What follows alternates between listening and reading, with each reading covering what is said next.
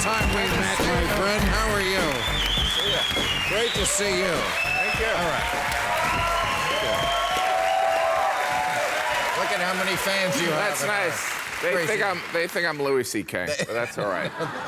No, they don't. So, look, I know you were nervous about coming on this show because you and I are so different. But I got to tell you, don't be nervous. I love diversity. I'm the guy who's friends with Ann Coulter. That's right. So No, but we're different. But I think, all right. So I'm clean. I'm married. I have 5 kids. I'm Catholic, but we both like prostitutes. Why don't be mad at me? That was about now I'm afraid. well, I don't. Obviously, you're married. You do. But Jim.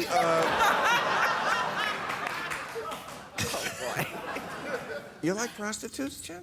Well, I like women. I don't like. I mean. I see. Anyway, okay. I just watched my wife watching at home going, what is he saying? Yeah, No, I don't participate. But it is so funny that you and I sort of like cancel each other out on planet Earth, right? I mean, it's so funny that people, because I think you're a terrific comedian. Oh, thank you. How can 2 people, you think I'm a terrific comedian? I do. Okay. Of course. I opened for you at the DC Improv. Here's the thing. What people don't realize is that comedians were weirdos. So like you might have like if Carrot Top was here, we love Carrot Top. I love Carrot Top. Right? Exactly. I mean, it's like comedians were just these strange beings. We are. And the fact that I'm married, you know, even any comedian, when they get married, there's always the other comedians like, really, you're going to do that to a human? It's secondary to being a comedian. Right. It's comedian and then the Catholic. I'm not going to... No, that's all right. You know, I was raised Catholic. I was raised Catholic, too. Look, I lived across from a Catholic church for 15 years. I never went in it. I was agnostic. But it comes down to, I like to think that I'm such a horrible person, I need to believe that there's something that will forgive me. That's Jim. I gotta save you. It's funny. I was just about to say I'm here to save you. You and I and Gary Johnson got to get stoned after the show because that I hate to see you or anybody in that state. I don't understand that thing that people do, that they have to like sort of take upon themselves more burden than life gives you anyway. People are always apologizing to God. Oh, God, I fucked up. I'm so bad. I did a shitty thing. And, of course, you made me exactly the way I am, but it's not your fault.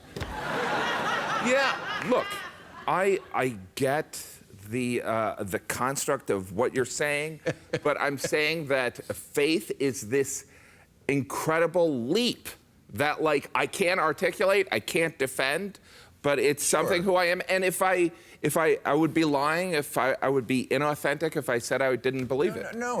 And I have many friends who are people of faith, and I love them equally. And you walk the walk. I really admire that. I mean, like, you opened for the Pope. I know. Yeah, well, I thank you. So I just want to know, when you opened for the Pope, as he was coming on, did you just whisper in his ear, "Shit crowd"? Yeah. Did you do one? No, I did. You know, the irony is like, I opened for the Pope Mobile. I opened for the car. I did a set, and then Sister Sledge performed, and then the Pope Mobile came in, and he did a laugh. By the way, that was not the only time as a comedian I've opened for a car. I was at the Iowa State Fair, and I opened for Kyle Busch's NASCAR. It wasn't Kyle Busch. I did 15 minutes, and then they wheeled out his car. I opened for automobiles. Yeah, okay. All right. Well, I once opened for Niels Lofgren, so top that.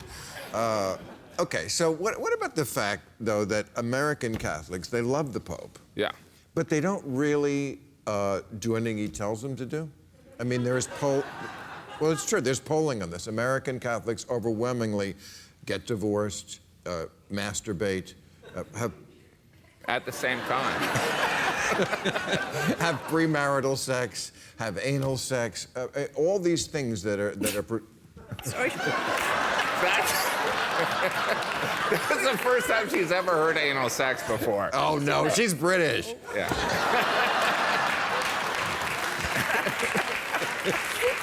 But no, I mean, look, I am a Catholic American, and it's kind of like being a Cubs fan. Like, the Cubs are doing well this year, but any Cubs fan is just like, well, it's not going to end great. Right, yeah. And so, but I am, because I had to adjust to this because most of my peers are atheists, and most of my adult life I was an agnostic. But, I am Catholic, but then again, I'm an American, and look, the Americans participated in slavery, genocide, a lot of horrible things, and I'm still, horrible. And I believe in democracy, and democracy's done horrible things. Does it affect too. your vote, your faith?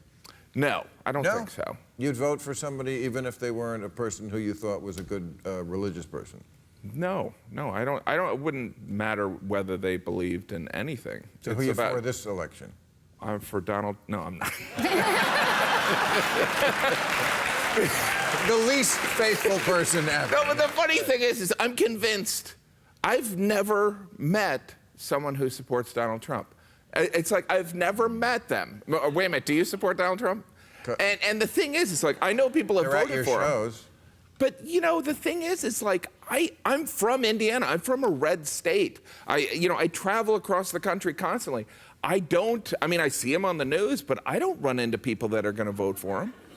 Well, but that's a little bit of living in a bubble. I mean, what do you do true. before and after the show? You probably just go to your hotel room, you're married, you don't do shit. Yeah. I mean, I get out. I mean, I eat a lot of steak. Another thing we have nothing in common. We have nothing in common. But we're falling in love with each other. I'm going to take... What?